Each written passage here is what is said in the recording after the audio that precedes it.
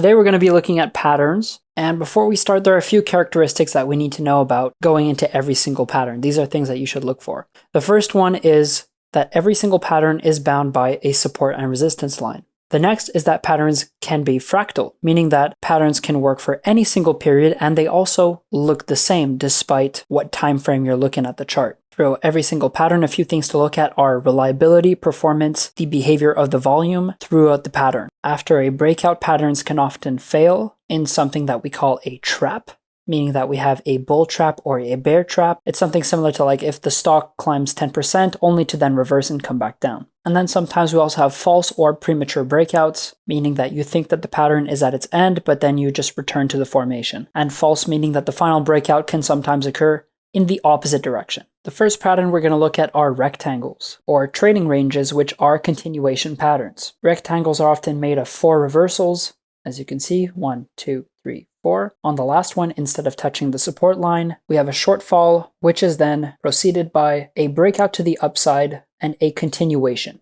The next pattern is called the double or triple top or bottom, and these are reversal patterns, meaning that if you get to the top, you might top 2 or 3 times, and then the trend is going to reverse to the downside. Now, something to note with these patterns is that the pattern is only completed if it breaks out.